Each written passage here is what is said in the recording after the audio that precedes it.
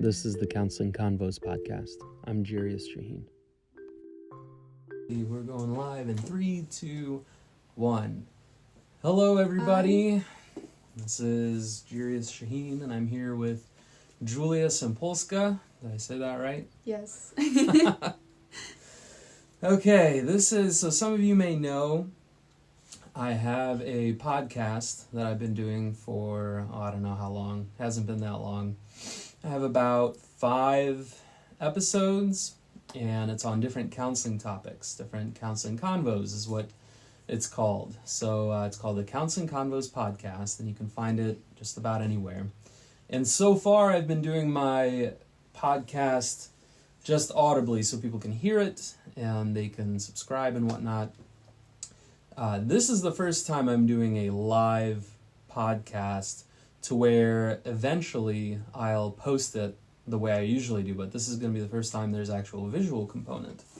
So as we do that, I'm actually going to refresh my page. I've got my laptop over here on the right, and I'm going to be seeing what you guys see and answering any questions that might come about. But basically the theme of this podcast today is about social resiliency abroad. So what does that mean? It means having the ability to find some sort of normalcy within your social engagement while you're not in your own comfort zone, when you're not in your own country, when you're not around the things that are most familiar to you. A lot of us might be experiencing this kind of social distancing discomfort right now and awkwardness, and we don't know how to deal with it. So someone that has been transitioning through this process for I don't know how many months now is Julia. So she lived in Poland, and she is actually a foreign exchange student in high school. She's having to cut her trip short in order to go back due to this pandemic that's happening. And so she's been living with us. Her room is right across these walls on the other side. She's got a nice big guest bedroom down here in the basement. And I thought, what better person to ask than Julia about what it's like transitioning from one culture to another, and then knowing you're going to transition back, and just kind of going through the whole process of going from one country to another, going from one school to another, going from one language to another, going from just about everything that you knew to something new, something different, and then now being ready to switch back, like a light switch almost, just switching back. So if many of you guys are interested, you can bring people into this podcast right now. You can invite people in, ask questions. Like I said, I'm going to be asking people here, or I'm going to be reading people's questions at the same time. So we've got about 6 people on here. We might give it a few minutes before we check back in on those questions. So right now we have Stephanie, we have Kimberly, we have Brian. So feel free to bring as many people over. Again, the topic is social resiliency abroad. The reason, Julia, why I'm using the term social resiliency is because everyone has been using the term social distancing. Yeah. And, the idea of we got to be so far away from each other as this virus spreads. And that's the first initial response that people usually have when it comes from fear. We need to distance, and it's good and it's healthy. Yeah. But then the idea of resiliency. How can we still be social, but keeping in mind these restrictions? How can we be resilient towards engaging with others when everything around us, the setting changes, the things that we're familiar with changes, the way we communicate changes? So why don't you start, Julia, at the beginning, when you first made the decision, I want to do something different. Yeah. I want to go to the States, and talk us through that period of time. You can tell us a little bit about Nacel. Nacel is the sending organization, and then the transition over. So I'll let you take it away from there. Sure. Hi, everybody. So coming to States was a really long thought in my head, stuck, and, I was always like really imagining watching movies. How does it look like in real life? And I always really believed it's as awesome as I think it is. It was really my dream for a long time to come and see everything. on my own eyes, it wasn't also easy. But my first idea was when I saw the ad of the foundation that says, hey, sign in and we're gonna help you to get to United States for 1 year of high school. I asked my parents about that and they said no. So yeah, I was like, why guys, it's really fun and I can learn a lot. They thought I went crazy. But actually they gave me the opportunity and they say, hey, if you want to do this, you can. You just gotta do great at the first year of your high school in Poland and we're gonna talk about it later. As it turns, I was doing pretty great. So it was just one night I came to the living room. It was after dinner and they were like, we want to talk about it, about something. And I was like, oh. There you go. But as it turns, the camp was actually pretty same price as for the 1 year. So they say you can decide, either do you want to go for 3 weeks to New York or you want to go for 1 year. We don't know where. Because they were pretty sure I'm not going to be brave enough to do this for 1 year. Yeah. And I did. So that's how it started. Then we started looking through different programs that realized that things and try to compare them. There were many rules that you had to be like you had to have some great scores at school, some papers, some stuff. It was whole bunch of things to check before you really actually could apply. So it was kind of a long process. Then I was accepted by 2 different programs and I picked the Nacel. And that's how it started. Then I started doing the paperwork for the program, writing letters to host family, to writing about myself, about everything, what I want people who will host me to know about me. So it was really hard, obviously, because how can you describe yourself in a 3 pages letter? It's so dumb, because I was like, what am I supposed to write?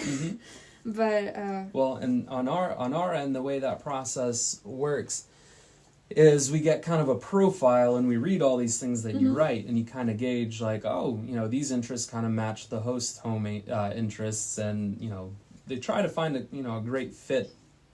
And I've got, if anyone wants that contact, I can give it to you for Nacel. They're in O'Fallon, or towards Wentzville more, right in between there. But basically they pair you up based on those interests and what your family life is like. It looks like Darlene says, so brave and adventurous. I love that. So that does take a lot of bravery to decide, for a whole year, I'm going to pack my stuff and go out. Yeah, before me and my parents decide that, there was also an option to do it for just 1 semester.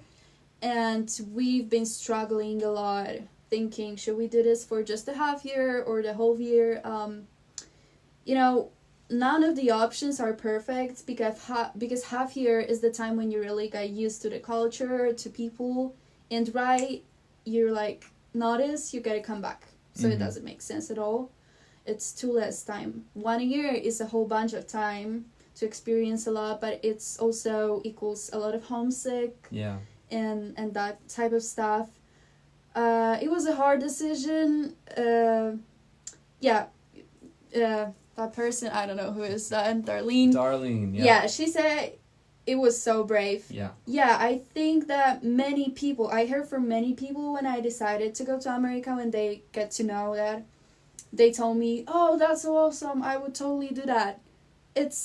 But there's so many things that stops me. And I think the main reason that stops people is just you really gotta be open to break your comfort area and break your boundaries of everything, where you're like, you cannot be like, oh no, I don't want to do this. Yeah. Well, so breaking boundaries, really kind of finding a way to live outside your comfort zone. Those are all really big kind of decisions to make in regards to experiencing something new. Tonight, you experienced kind of a closing of 1 chapter where your friends came over, you hung out on the back porch, you talked, they gave you some different nice things to kind of commemorate your time here. And to me, it seemed very reflective of one of the first stories you shared with me about when you were in Poland ready to come here. Mm-hmm. And you had said, I met with my friends the very last night. We did things that we, to say goodbye. Were the 2 nights any different? What was that experience like, saying goodbye to your friends there and then saying goodbye to the friends that you've met in the past year here? That's a really great question. Yes, it was definitely different. When I was leaving Poland, I was leaving my kind of 17 years old life. Mm-hmm. All my friends. For the first time, I was leaving my home for such a long time. And I was going actually to the place that I don't know, mm-hmm. to the people that I have no idea who they are. That was scary because you really go into the unknown. Mm-hmm. Oh, I've got the song in my head. Into the unknown from the Frozen 2. But yeah, that's exactly what it feels. And I was like, I really didn't know. Are they gonna like me or not? I'm for the year in the different country, continent, piece of the world. So that was scary. That was sad. There was a lot of crying. But I also knew that after 1 year I'm coming back. So I'm gonna see them again. There was an end to that. You knew when it was gonna stop. Yeah. You knew when you'd be halfway. Yeah, it was like, I'm going for a fine trip, adventure, and I'm back. Yeah. Here tonight, it was awesome. My friends were so great to me, and I'm so surprised how well they know me after 1 year. That mm-hmm. scares me actually, because they made such a great things to me. They gave me letters. They gave me really personal things. And, I really appreciate that. I thought it's going to be harder. I thought we're going to cry. But what we said to each other, the last thing was, we're not saying goodbye, we're saying see you. Mm-hmm. And this is the hardest thing because, like I said, I knew I'm going to be back in Poland. Here I have no idea when I'm going to see those people again. Yeah. So it's kind of hard to... Well, it's also pretty impressive that you're saying teenage girls didn't cry when they're saying goodbye. I mean, didn't you tear up at all? It was supposed to be like that. And everybody, I think, expected that. But I wanted to keep that positive... Yeah. An optimistic way, and I said, I don't want you to cry, guys. I'm not gonna cry either. We can leave it for later. I just want to have the best memories from the last few minutes, hours together.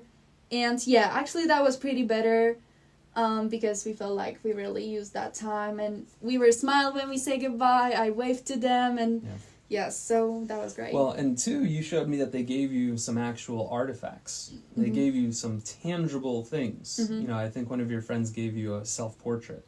Yes. A drawing that she made of you.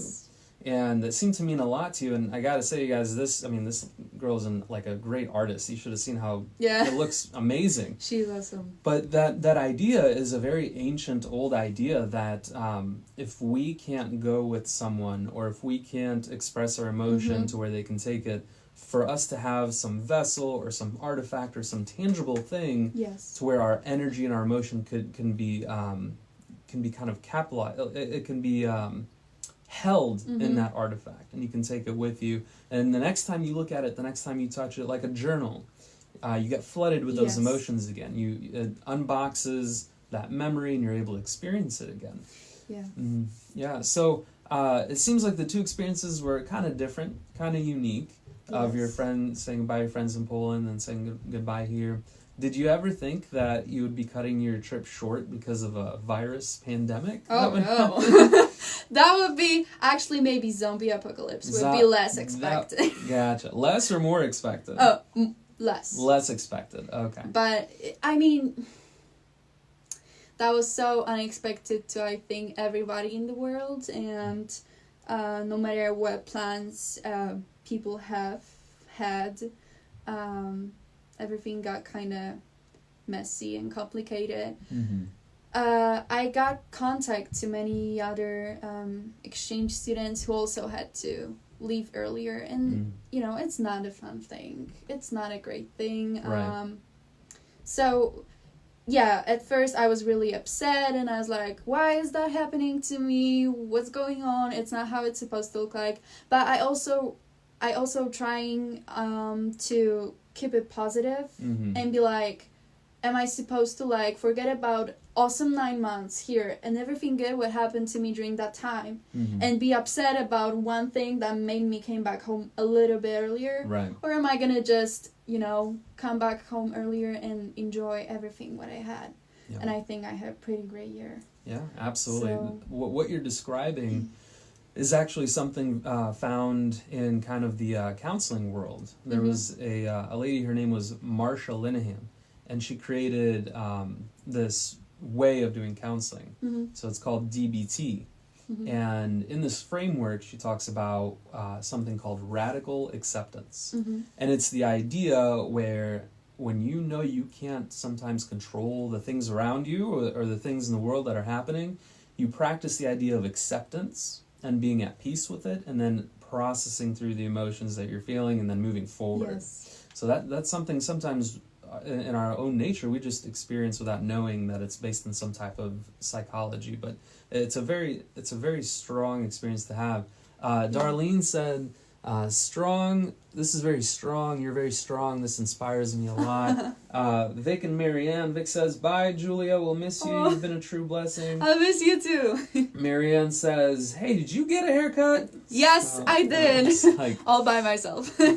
Yeah, so we've been doing a lot of things at home, so we didn't go out to get a haircut. She cut her own hair, so there you go. What she said about that thing, and it really makes me it makes me happy what she says. So when I came here, I was a little bit different. I mean, I've learned a lot during this year and I improved myself. I feel like I've grown a lot and I'm thinking a little bit different, and this is the time when I should say thank you to Juris and Amanda, who were like spending time explaining to me so many things. We did. Most of my responses were, Julia, figure it out. Okay, this is true. Juris mostly was like, I'm leaving it to you. You gotta figure out what to do with your problem. But also, which is kind of counterintuitive to being a counselor. You would think a counselor would be like, let's talk through it. We'll figure things out. That's really surprising. That's true. But not really, yeah. It has the bright sides and the bad sides. Yeah. But yeah, like I feel like both of them really had a big impact on who I became the past year and the many time we've been talking for stuff, and when I was upset about silly stuff, but they were keep talking to me and be like, hey, you can do this, it's fine, you just gotta leave it to the God and like try to be okay with whatever happens to you, because this is your own story and it's made for you and it's gonna be great no matter what. So that really changed the way how I think now. Yeah. And I'm kind of surprised. I'm using my adult brain, so... Yeah, we talked about... Amanda always talks about adult brain versus adolescent brain and all that kind of stuff. Not as a way to cut people down, but as a way to just be more self-aware. How am I thinking? Yes. Am I using my logical mind, my emotional mind? Yeah. But we've seen a lot of growth in you. I mean, even just naturally, outside of whether or not you were with us or not. I remember I think the second day... Mm-hmm. The second day you arrived, I was actually driving to Springfield for a meeting, and at my job at Preferred Family Healthcare. Sometimes I have to drive far and have these meetings. So I was like, hey, or no, it wasn't to Springfield. It was to Jefferson City. Yes. Jefferson City. I said, hey, Julia, this is your second day here. Let's take a road trip to Jeff City. And she's like, well, what do we do once you're in the meeting? I'm like, I'll drop you off at the courthouse. You can do a little tour, walk around, and then I'll take you to like an Italian restaurant. I think actually it was Una that told me you should try this Italian restaurant in town. It's really good. I think that, she must have been the person that told me about this. And we did. We tried it afterwards. But do you remember the conversation that we had on the drive there? And like talking about, you were like, what should I expect? And I gave you kind of the ground rules and all that. Yes. I remember. One of the things was, family is a really important thing to us, being honest. Always we're trying to be together and go through things together. We also want to have a baby. And they really have. I thought it was just like, someday we're going to have maybe another baby. And they actually really have. So. Yeah, we try to stick to our goals here in the household. Congratulations. Thanks. We said we were going to do it, and we're doing it. We did it, and it's happening. So that's great. But I remember one of the comments I made to you was, listen, if you turn out to be one of those kids that goes out and parties and does all that stuff, I said, listen, there's boundaries with that. Feel free, but here's our curfew. Here's kind of our guidelines. Don't do these things. Carry mace with you. And you were like, what? Is someone going to hurt me? You thought like the whole culture was framed around like violence and aggression. Yeah. I think I may have scared you actually a little bit. No. Not so much? No. I don't know. Well, it didn't even pan out that way, because you didn't end up being a partier. You actually really enjoyed being home and with some close friends and going to church. What I saw on the movies was, crazy high school, different type of groups of people, partying and stuff. So I really didn't know what to expect here. When I came, I really realized United States are really original in the really great way. Sometimes I feel like... So, we as a Europe always saw United States as a few steps ahead. Like, you were always, guys, like, better when somebody was like, oh, I went to United States. It was a big wow. Especially in Poland after the war, everything was going on. Everybody wanted to go to United States. Now I would say I feel like United States is a little bit old school. That's how I see it. Sometimes the way how people are and the way how things are makes me feel like I'm a little bit to the back, to the past. And I actually really love it. So, yeah. Yeah, so it's kind of old school in the sense of like maybe being traditional or things like that. Yeah. Yes. And some of that might really be just living, like in the Midwest, in this area. Yeah. The coasts are, a little bit more progressive in different areas of life. So it looks like Tess Dengler says, we're going to miss you. We're so glad that our paths crossed. Darlene said, everything you're talking about, it helps people be independent and not codependent. So very independent personality, which is great. So, okay, you made the decision to come here, and we kind of talked about our first kind of experiences. Yes. So now, this is the first week into starting to figure out school, starting to figure out friends, starting to figure out the different things that our family does. What was that like? Coming into family was great because... Since the beginning, my host family was really welcome, and really, you were guys really warm and nice to me, so I felt like, no matter what, you're gonna be great to me, nice, so I wasn't so scared of you.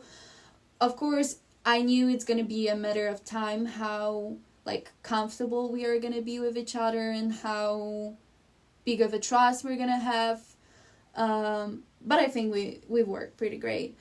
School freaked me out, because it was huge. It was exactly like on the movies. It was exciting, but it was also, how am I gonna do this? And I remember my first day of school, and on the biology class, when the teacher wrote down all the tests and stuff, and I had no idea what does it mean. I started crying. I was like, I don't know English. What am I doing? I called my mom and I was like, listen, I was so wrong. I have no idea what English is about. And that kind of freaked me out. So I quickly changed my schedule from biology to a different class. But actually it took me 1 week to really be comfortable moving around the school. And people were so helpful every time. So I felt so welcome. So that would make me feel great. And how did you start socially engaging? How did you start making friends and talking to people? The first person I met was my dearest friend Ashley in Paris, and she was kind of the beginning of my relationships here. She said, hey, come and hang out with my friends during the lunch. So that's how I met the other people, and during my classes it was people were, it's easy and it's hard at the same time to make a relationships. From one side, I felt alone in the huge world. I don't know anybody at all. But from the other side, people were curious. I was like an entertainment for them. I was something original. So they were, because of their curiosity, they wanted to spend as much time as they can with me to get to know what is Poland like, what is Europe like.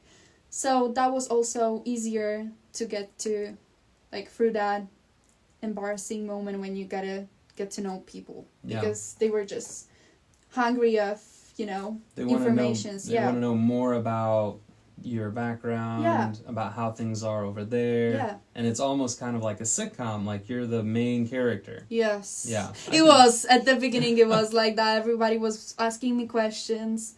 So, yeah, it was like this. Well, it's good to hear that, in those kinds of efforts, you could have come here and no one would have talked to you.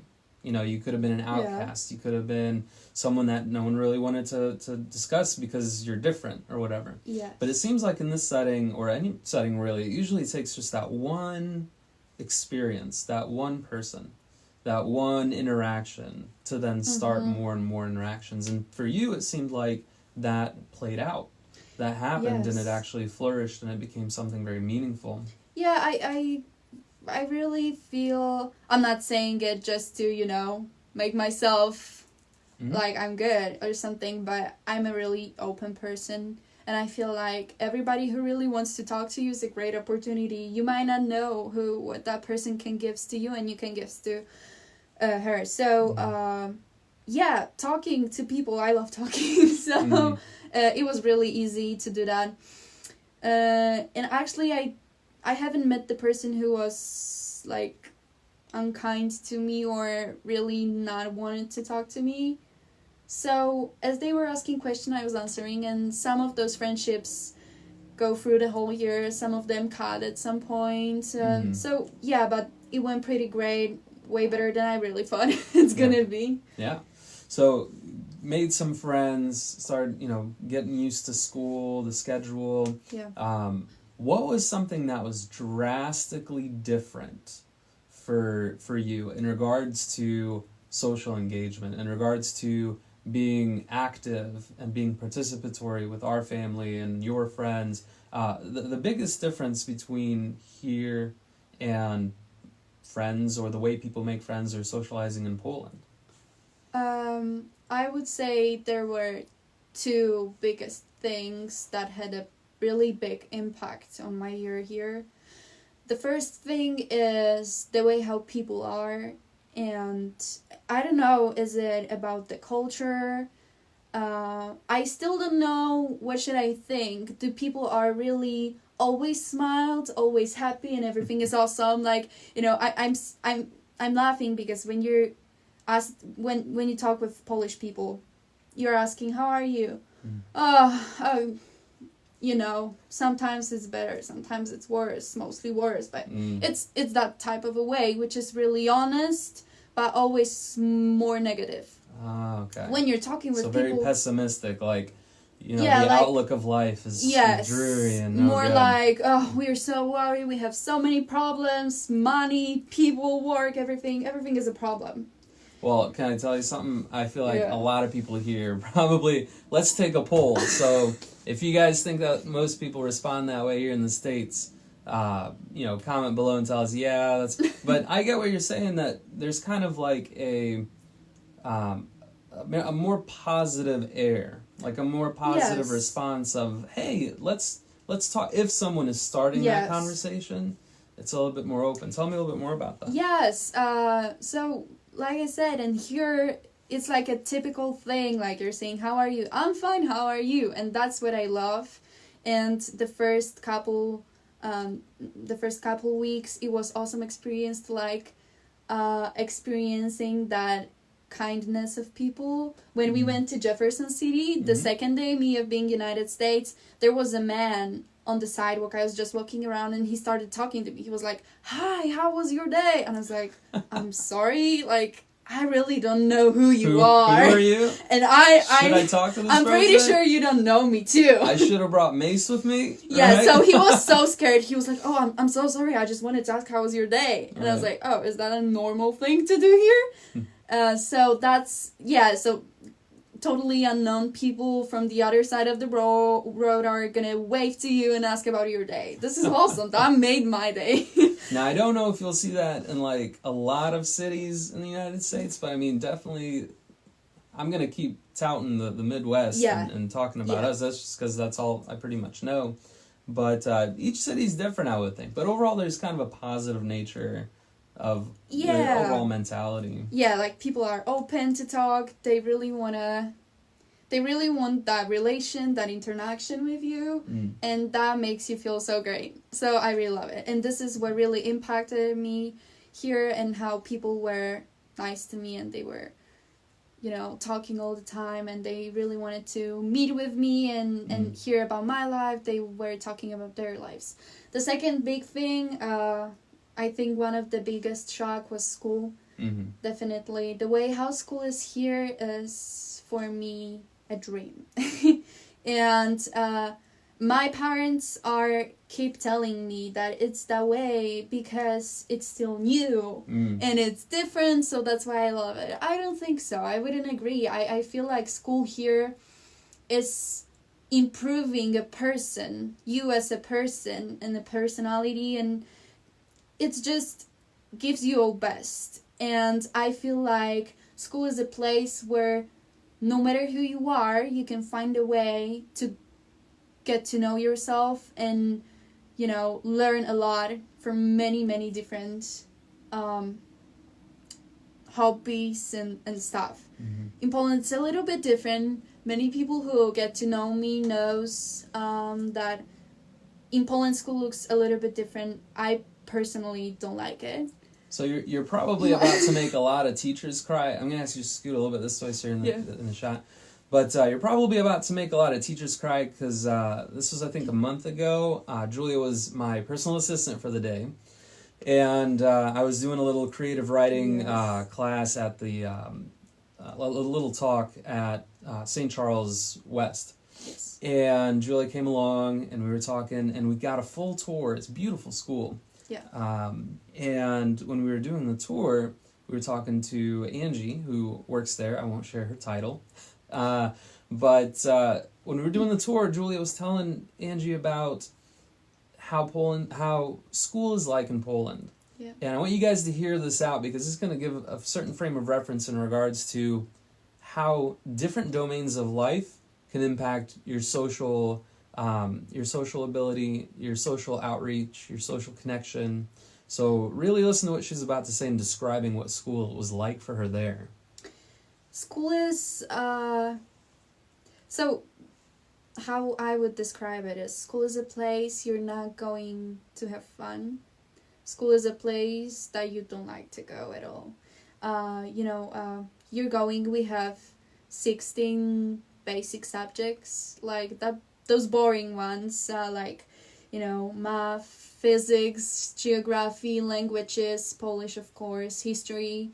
Nothing like hobbies, arts, drama. We have no theaters at school. So like no electives. No electives, no hobbies. That's what I'm like trying to explain to all those people who are saying, "Oh, I don't like school here." I'm like, you have no idea. How can you not like how extracurricular activities? Yes, like when I heard that my friends are going and make dresses at school on the fashion class, I'm like, what does even that mean? Like, if anyone was in fashion class, go ahead and give us a like down here. Yes, yeah. But just the way how schools gives opportunity to just discover what you really love. Yeah. This is the best part.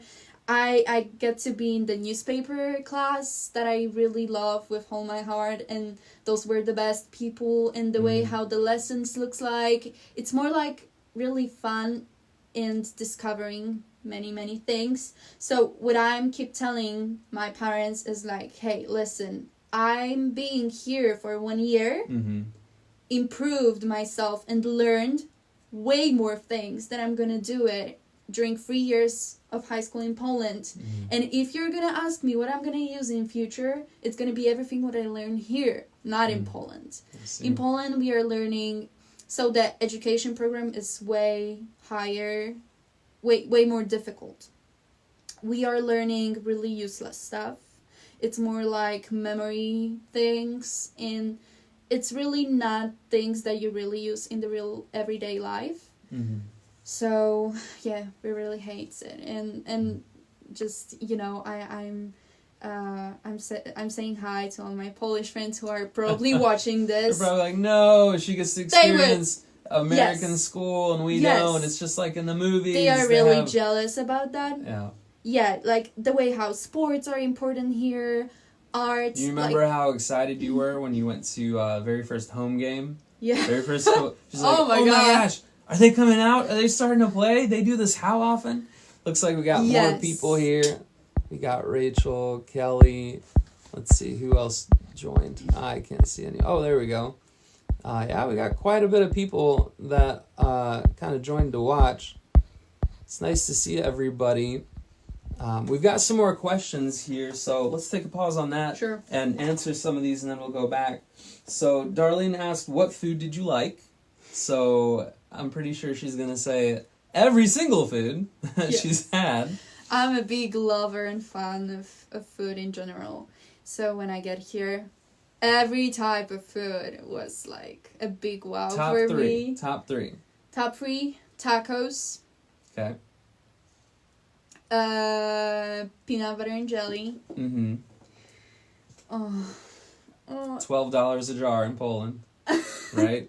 What? $12 a jar of peanut butter in Poland. Pretty expensive. Yes, it is pretty expensive. I love Thai food though. Okay, so tacos, peanut butter, and Thai food was great. Yeah. Yeah, I took. So we went out with my cousin to eat, and we went to this Thai place. It's off of Highway K.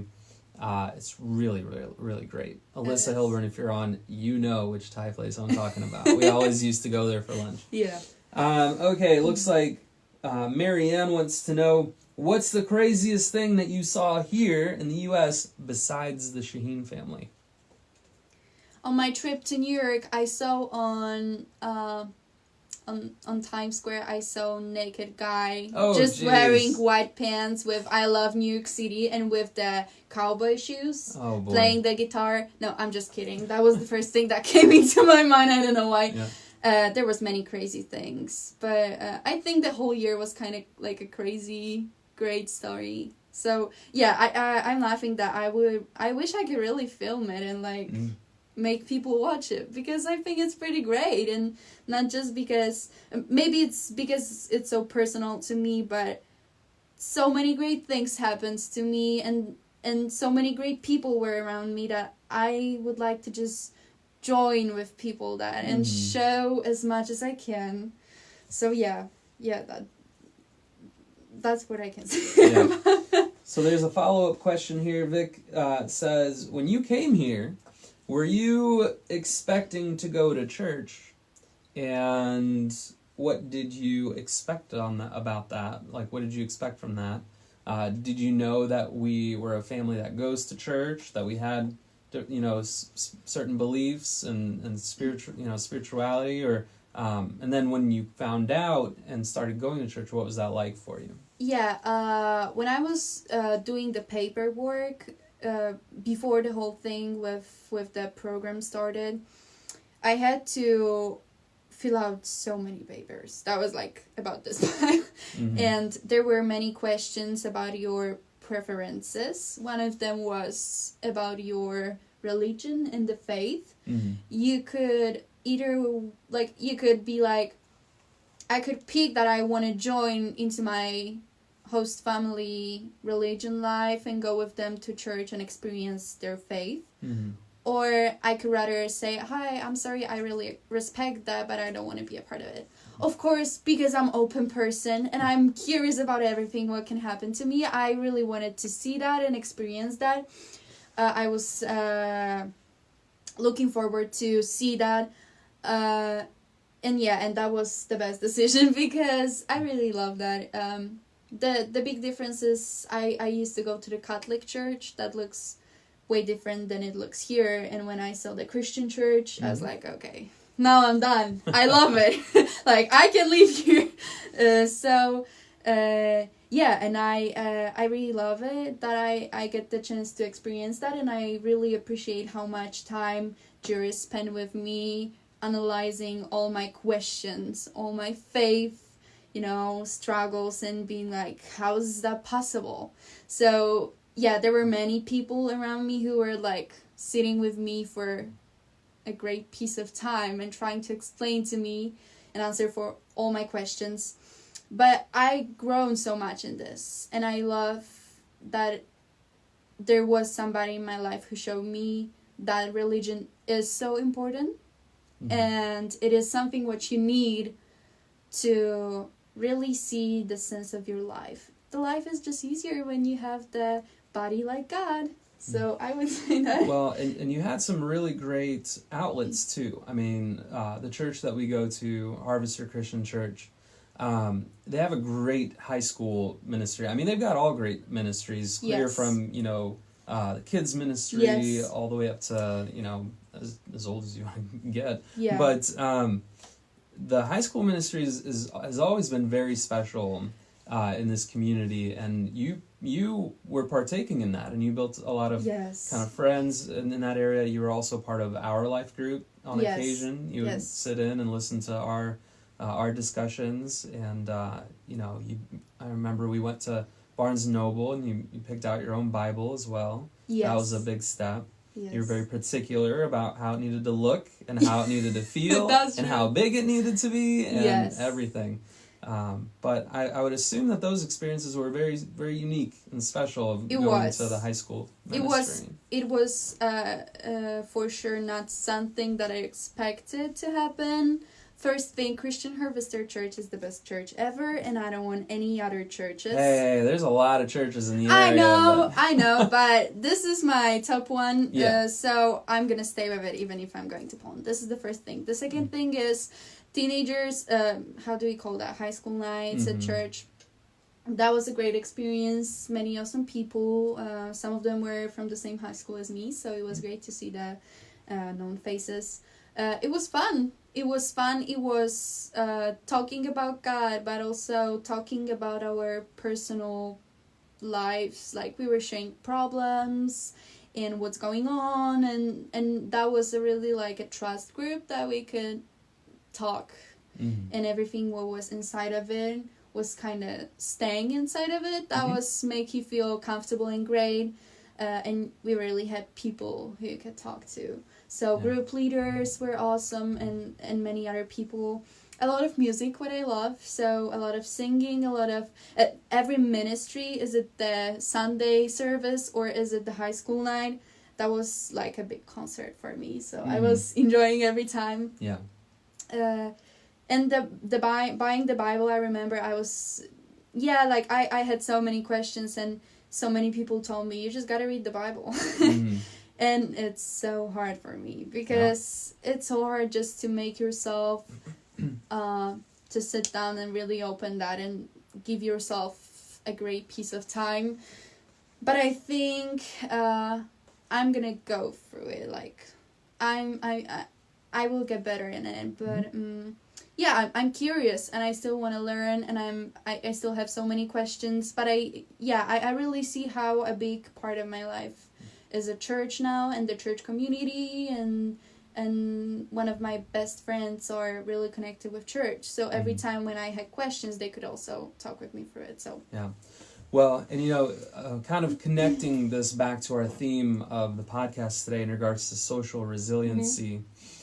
So much of what we do on a daily basis, on a monthly basis, with other people revolves physical presence. It revolves being close to one another. It revolves doing life together and experiencing that visually, physically, tangibly. And we tend to forget, until we experience situations like this where we have to isolate, we tend to forget how much of the relational experience actually transcends physical, physical experience. How much we tend to forget how much of relationships transcends just being present. For example, right now, there's people that I know that are fully quarantined, where they're in their home, in their room, they haven't been out. Maybe they'll go out for groceries, but they keep their distance. But yet, what they've had to learn to do is be very intentional, since there's no physical presence, be very intentional about feeling mentally connected. So when I meet with clients, for example, and clients say, I've felt very lonely. Even before this pandemic, I feel very lonely. We start dissecting that and categorizing that and say, what kind of loneliness? Are you feeling spatially alone? Meaning in this physical environment, you are a singular being and there's no one around you and you feel physically alone? Yeah. Do you feel mentally alone? Because, you can be, like you said, in a concert with thousands of people, but if you don't feel like you have a strong connection in your life, you can feel completely alone. Or maybe for some people, it's both. That they're feeling physically alone, so spatially alone, and then mentally alone. Now, since the majority of us are feeling spatially alone, maybe, and if you are feeling that out there, I just want you to think through this. Our senses become heightened to say, well, we need something. If our spatial loneliness is how it is, we now have to resort to our mental ability to connect. So whether that's meaning being very intentional about doing things like this where we're talking, or where we're talking to the masses, or if we schedule virtual meetings or face-to-face over FaceTime or over the phone intentionally every day, getting our out, meeting with people, getting our energy out in that kind of medium.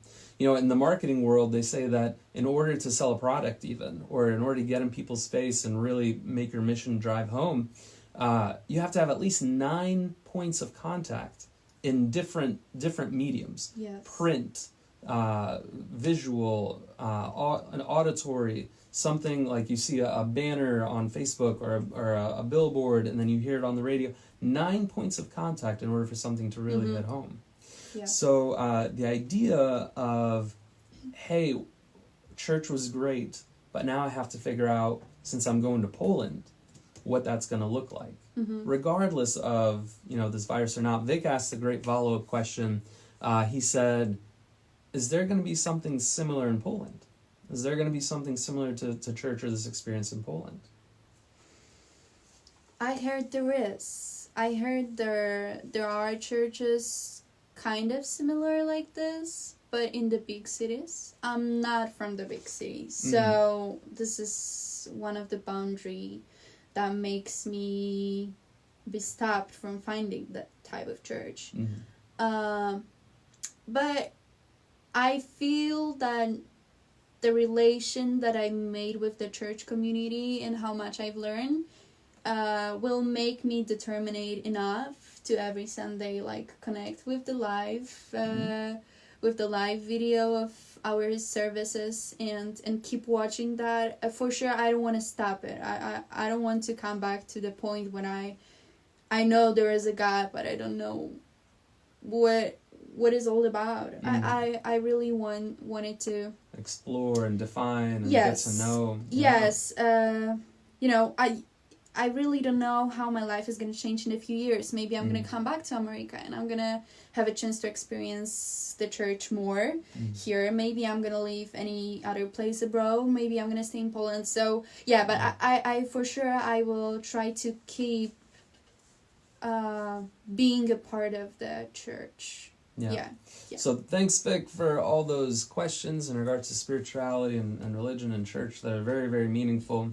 Going back to the topic that we were discussing earlier, since it does tie in very well to the social experience. You were comparing your experience of school here in the States to the experience of school in Poland. You were saying in Poland there aren't extracurriculars, there aren't elective classes. There isn't really a connection. And if I recall, when we were talking about this in depth before, in another conversation, you had said the teachers there are not going to go out of their way. They're not going to build a relationship. They're not going to care that much.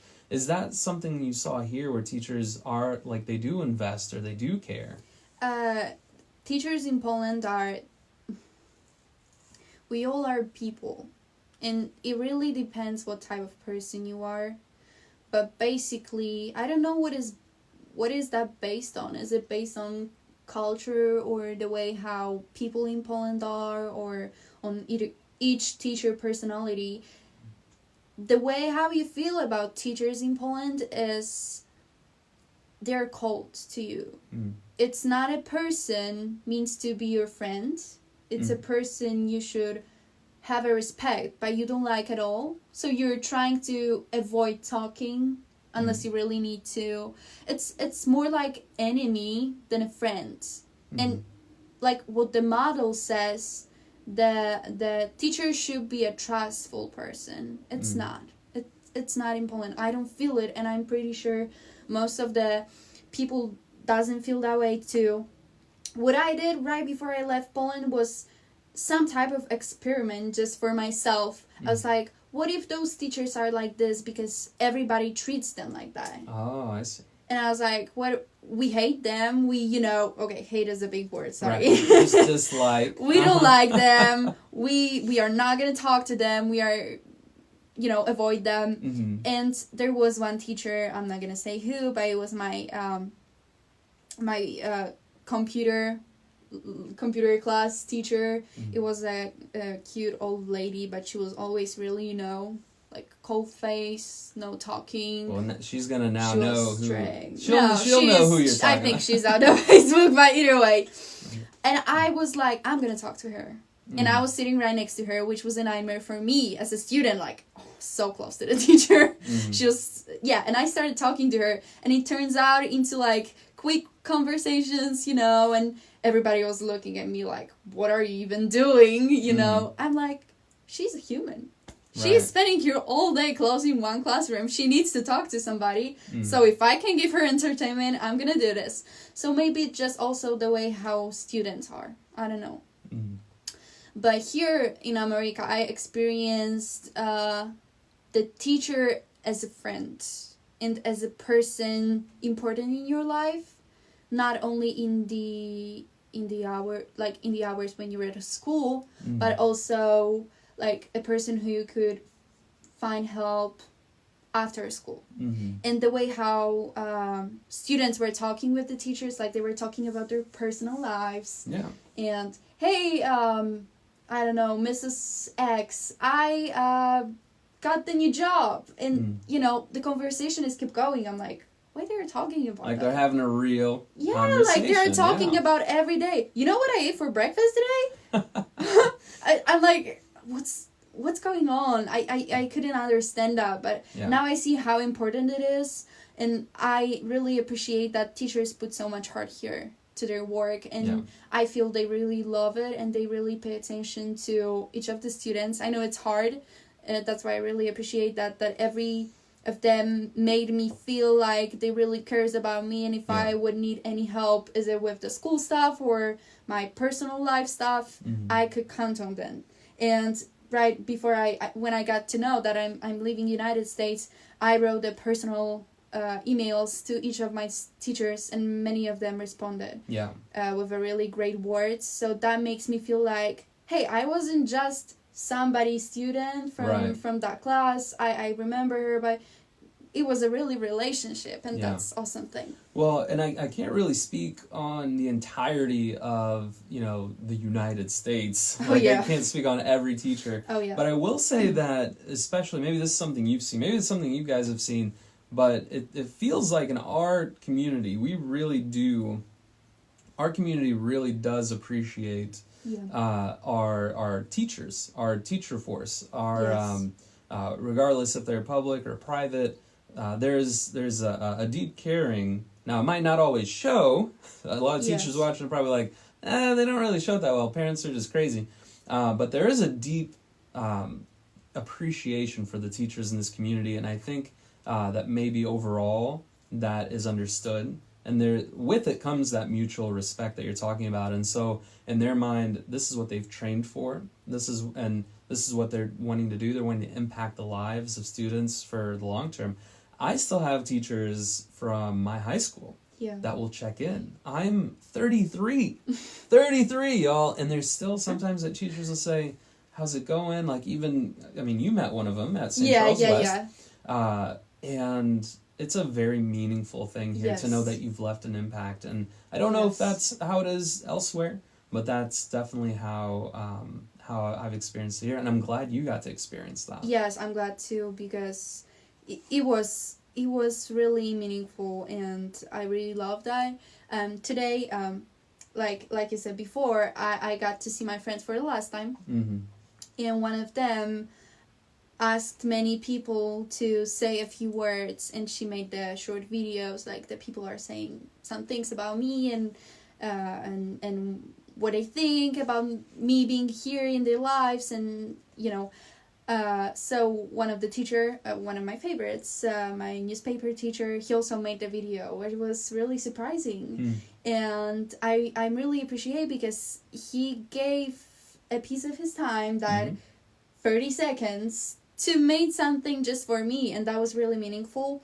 I also received from him a message saying, you know what, Julia, a few weeks ago I met my exchange student that I had 20 years ago, and I met him by mistake in the store, and he was like, we went for a dinner together after 20 years. So he said, I hope in another 20 years it's going to be. In 20 years, let's let me know if you're here. Book a time and we'll catch up. So that's really awesome. That I think that every person that appears in our lives somehow is important, and you should make a relation with him.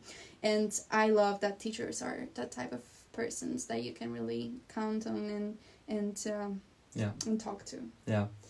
So we talked about you coming in, the differences of school, and we talked about differences in culture. We talked about church and religion, and all those kind of run across the theme of social resiliency, about how there's elements of socialization in each, and how even regardless if it's based on culture, or regardless if it's based on history or genealogy, or a virus or anything, when we're in situations of isolation, we really have to start being more intentional and flooding our experience with social engagement, so that we could feel some sense of connection. We are, in my mind, some might disagree, but we are designed to be very social beings. We're designed to be in a relationship. We are designed to have foundational truths that we live from and live in, and social engagement is one of them. Healthy, effective, impactful, and you've seen those in each domain. Was there any time throughout this process, in the last however many months since you started, and now when you're leaving, has there ever been a time where you felt very, very isolated, alone, and how did you experience that, and how did you confront it? This is exactly Corona time. Okay, all right. I'm going to ask you to scoot a little bit over again, so you're in the shot. Yeah, since coronavirus appeared, and since everybody started to take it really seriously, because it is serious, I started feeling like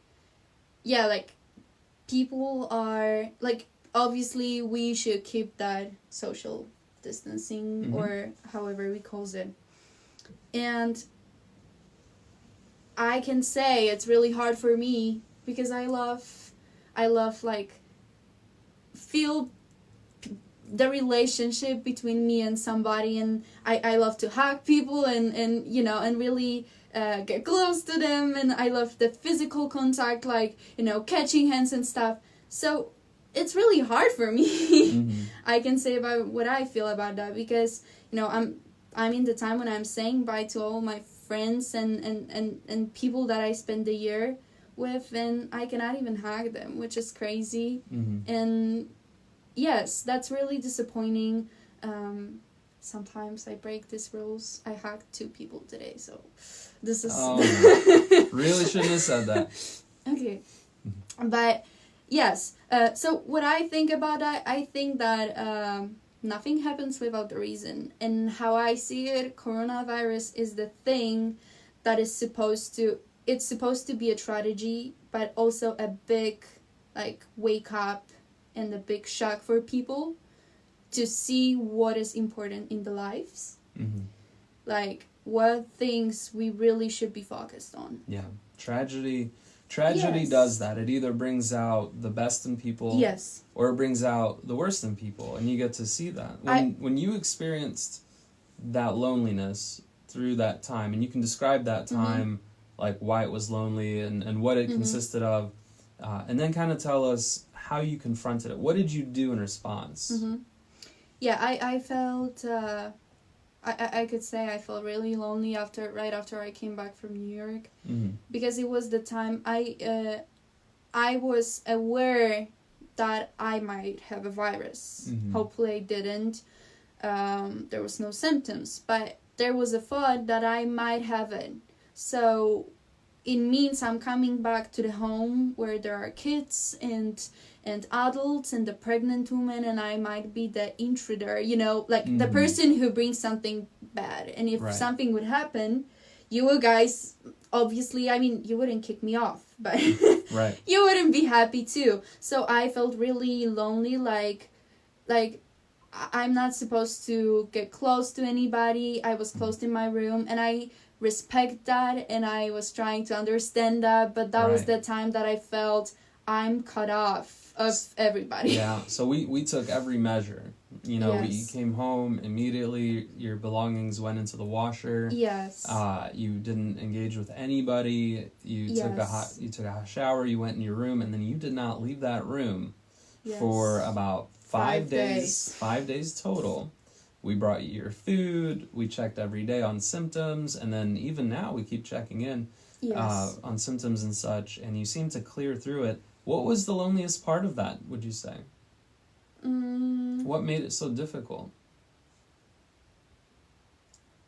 I think coming back from New York to home, because I landed, the airport was cleared. Like, it was no people at all.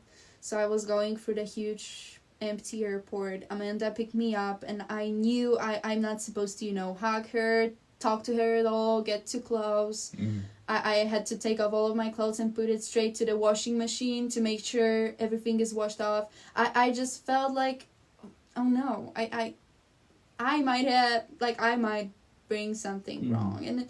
And that was a really, time that I was like, everybody is gonna try to really avoid me. And I hate that, because I'm a person who loves to being around people. Yeah. And somebody told me, you gotta stay in your room for 5 days and not talking to anybody.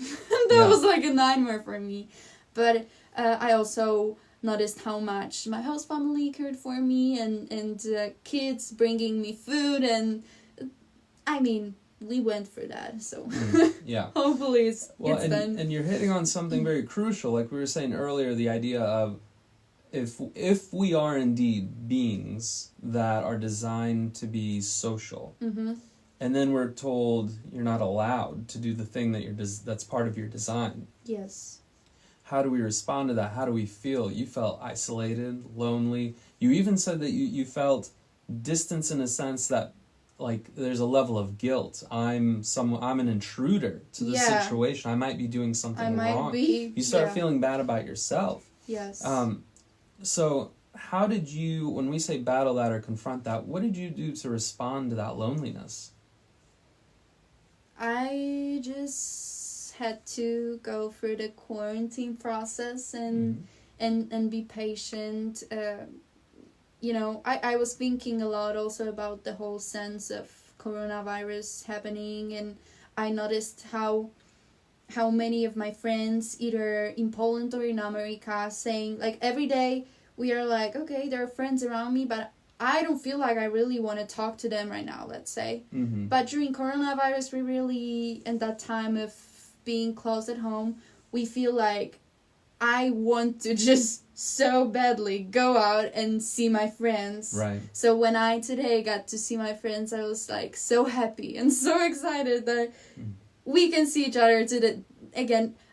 It's, we can say we are introvert people, we are extrovert people. It doesn't matter. Everybody, I feel, needs social, like, aspects in our lives. And when we're limited or limited or restricted in the types of social engagement, like you said, you can start by being patient. You can start by having that radical acceptance.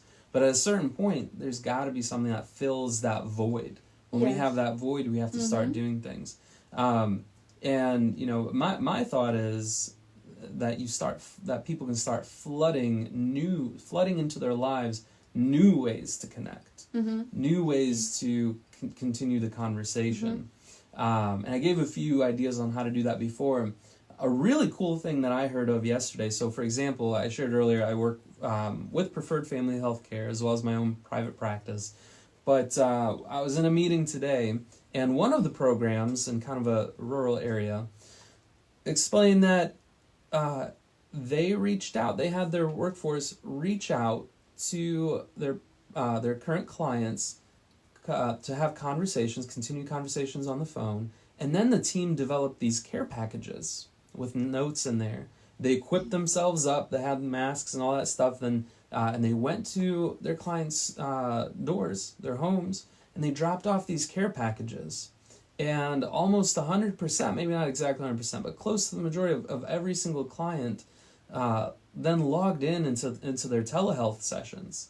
And they continued that conversation. They continued that connection, all because they found a way to connect. Yeah. They found a workaround to be social. They found new ways to flood their lives and lives of others, to show care, to show compassion, to show genuine transparency and hope and love. Yes. And I think that's where it starts. A lot of churches are doing it. A lot of churches are being very social resilient. They're saying we're going to use all our tools. We're going to use all our production abilities. We're going to use all our ministers. We're going to use all our volunteers. Just because we're shifting gears doesn't mean we're shifting focus. Yeah. Just because we're shifting gears in work doesn't mean we're shifting away from our mission. Yes. Just because we're shifting gears in where we live, America, Poland, wherever, it doesn't mean that you're shifting the overall goals of your life. The connection can still be there. And we're going to wrap up this podcast just by asking you one last thing. And the question is, what are you going to miss most about your time here? What's the one thing that you're going to miss absolutely the most? You'll get to Poland and be like, oh my goodness, this thing, I'm going to miss it. And you're going to think about it all the time. And you're going to just, be so reminiscent of it. What do you think that'll be? I really don't like when people expect me to pick one special thing. But I think I will miss moments with people. And, I feel like with every person that I met here, I had some time to build a relationship and get to know each other. And I really remember all those moments when I was spending time with my friends, with my host family, and I think this is what I'm gonna miss the most, like the people and how much they impacted my life here, and now they're taken off. We can still talk, but there's so many ways to contact right now. We can call each other, FaceTime each other, we can text, but it's not the same. It's not that physical, feeling like, oh, we can sit together. Yeah. We can sit together and really talk. It's not the same. So, the people and the thing that if I want to see somebody, I can go and see somebody. It was pretty same, I missed people from Poland being here, but I made such a strong relationships here, so this is going to be, I think, the hardest part. Yeah. So hopefully I'm going to come back and visit you guys. Yeah, we'll see how that goes, and hopefully you'll have safe travels, everything will be great. Yeah. Thank you guys for listening, and thank you guys for watching. Hey, let's see. Meg joined. Oh, yeah. Meg is on there. Hey, Meg.